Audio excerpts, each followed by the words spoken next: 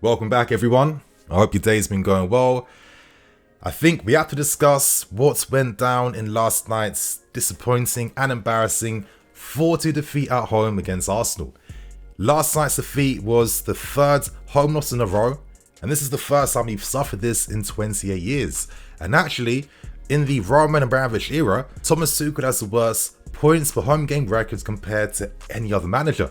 So I guess with this video today, I want to have a discussion about whether it is fair and okay to criticize some of the selections and choices made by Thomas Tuchel, or explore the ideas that possibly are there deeper forces behind the scenes currently that has created this current indifference in form that we're seeing right now. Of course, you guys, this video isn't here to be discrediting Tuchel or proving that he's a hack or disproving he's not a world-class manager, because that would be stupid.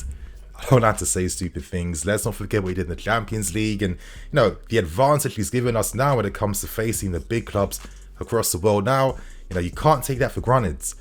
But is it time that a fair discussion can be had about whether it is okay to criticize the manager if he's at fault? Hope you guys enjoyed today's video. Smash the like button.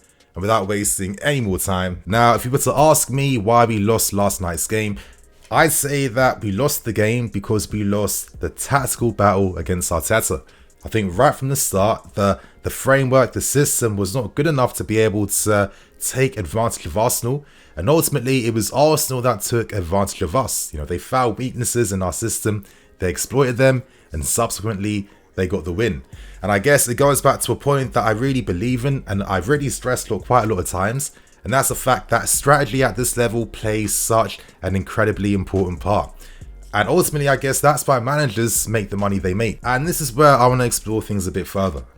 If you're someone that likes to watch a lot of football, especially from different nations, different leagues, lower divisions, etc., etc., I think one thing that really is abundantly clear is the difference in quality between clubs at the highest level and clubs outside that bubble. And yeah, of course, I'm saying a very obvious thing, but I think when you actually fully comprehend what those differences are and what makes the best clubs operate how they do compared to clubs outside that bubble, for me, it's only something that you should appreciate, because I feel like as fans, especially of clubs like us, we're privileged to see our club constantly challenging for silver and trophies time and time again. We're used to seeing a certain standard of football being played and a certain execution of ideas being presented on the field. I'm telling you guys, outside of this big club bubble, when you see the rest of the football being played, it's not the same quality. You see a lot more mistakes in individual players' games, you see a lot more errors, you see a lot of wrong decision making, you see a lot of poor technical execution, poor execution of tactical plans. I mean, I can go on and I can go on. And one of the main reasons that supports the quality difference between the big clubs and clubs outside that bubble is the level of coaching being one of the main factors. Now, when we watch Premier League games, I think a lot of times we're forgetting that we're watching some of the country's very, very best players competing against each other week in, week out. And taking away the big players playing for the big clubs, when you compare the rest of the league's quality against each other, quality difference between most players isn't that huge by orders of magnitudes. So this is where tactical plans and system frameworks are needed to give your team an advantage over your opponent.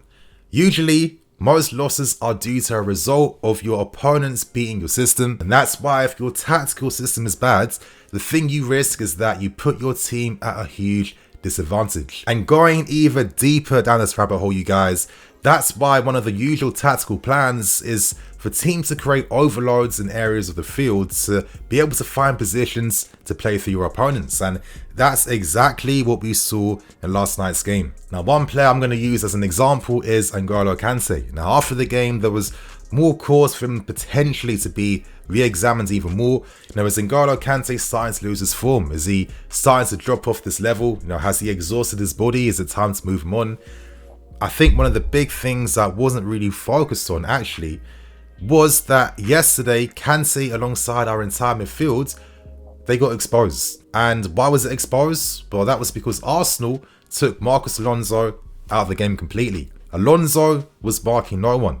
And this was just allowing and creating spaces to be made for an Arsenal player to drop and help create an overload against us. So by creating this overload against us, essentially what this meant was that Kante was left 2v1 in midfield at all times. And then you have to ask yourself this. Let's say that N'Golo Kante was back to his very, very best form in last night's game. Ultimately, what is he supposed to do against an opposition that is outmanning him 2v1 in those midfield areas? Like, is his top form supposed to equate to him like dominating 2v1 situations? I don't think so. It doesn't normally work like that. And I think for me, the reality is the fact that Arteta found a way to expose a weakness in our team. As I said, taking Marcos Alonso out of the game. By doing that, it created that distance and space between our wing back and our wide centre back. And then subsequently, the game plan was to use their pacey direct wingers to run aggressively at a very poor Malang Sarr. And is it any surprise that Kante had to try and help Sarr out in these situations? And by doing that, what did that do even more? It created even more gaps and spaces in our midfield. But then Loftus-Cheek became exposed and susceptible to those 2v1s in midfield. For me, this had nothing to do with him not being at it. This had everything to do with the tactical setup and framework exposing the players on the field. So I guess right now it's time for me to focus on Thomas Tuchel. And I'm going to put this out there straight away. Tuchel is a tactical genius. Let's not debate this. I'm not here to do that. When he makes mistakes of this magnitude in games, by the second half he's pretty much fixed everything, as he knows exactly what went wrong and he knows what he should have done to correct that.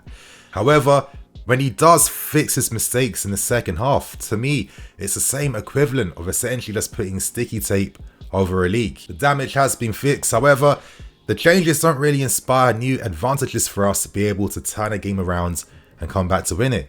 Now, every now and then, Tuchel has brought up a new tactical plan that's brought us back into the game, into a second half. However, it hasn't been as frequent as it would be for us to be able to win a league title. And ultimately, it might come down to maybe being a bit too harsh. But, when your ambition is to win a league title, and you know that you can only maybe lose a maximum 5 games, it means that all those details become even more significant and have to be examined with even greater detail. And ultimately, this is what my small criticism of Thomas Tuchel is. I say that he can be a bit too textbook in the sense that if it doesn't work out how it was planned to work out in the lab when he was cooking up the system and the tactics, our chances of turning a game round that wasn't working to begin with is literally slim to zero. And that's why in the second half against Arsenal, when they made it 3-2 and we had like over 30 minutes to try and come back and turn the game back in our favour, all we saw was a ton of sideways passing versus a very defensive Arsenal had just taken the leads. If we had started the game how we approached the second half, of course, we're looking at a completely different game, different context, different everything. However, we can't turn time back, and sadly that didn't happen. So I guess this is why the role of the manager is so important, and has become even more important in modern day football. I like to say that, managers these days are literally like controlling their teams from the sidelines with their PS5 controllers. That's how much control they have over their teams these days. Using Klopp and Pep as an example, they tend to make fewer tactical mistakes and they tend to win most of their tactical battles. They of course have excellent squads that are able to, fully take advantage of the systems being given to them. However, for me, ultimately, this is what successful big clubs should do. There should be that happy balance, equilibrium of a great playing squad in the manager's image, as well as the tactical setup and framework to allow these players to play to their very best potential. That's why both teams have fewer draws than us, and that's why they've lost less games than us as well. And the reality is we lose more than the level needed to win the league. Recently we've been conceding goals thick and fast as well too. We've not conceded at this rate for a very long time, and a lot of this has come from losing that strategic and tactical battle. And I think this has become extremely evident by the amount of counter-attacking goals, the amount of goals that we are conceding all the time on the transition. We've never ever conceded like this under Thomas Tuchel, because one of the main things behind his success when he first took over was our ability to stop teams' counterattacks. We were formidable We used that mid-block setup. The structure of the team was superb. The intensity levels that Tuchel is constantly advocating for and pushing for, and it's what made us such a dangerous team. However, recently we have been seeing more tactical mistakes from Thomas Tuchel. I think one of the most famous ones was that first half performance against Real Madrid, in which he thought that he could take the risk of leaving Vinicius Jr. unmarked 3.5 spaces. Ultimately, that decision spectacularly backfired against us, and we lost the game in that half. Now, we saw how we played the second leg.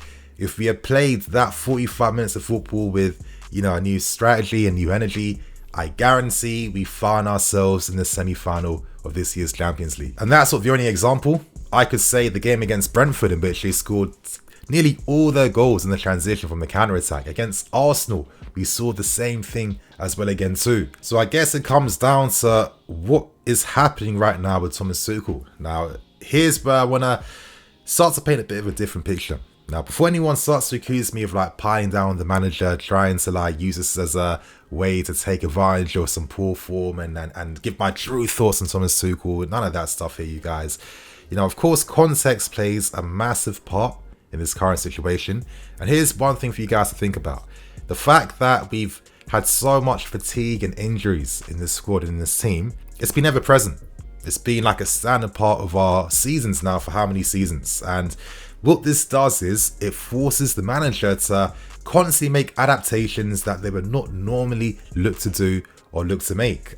It's in these moments when you see the real skill of a manager, in my opinion. And I guess it goes back to the point I'm trying to make. You want to find that balance between squad ability and tactics to be truly successful. And the thing is, Tuchel is a world-class manager, but that can't be denied.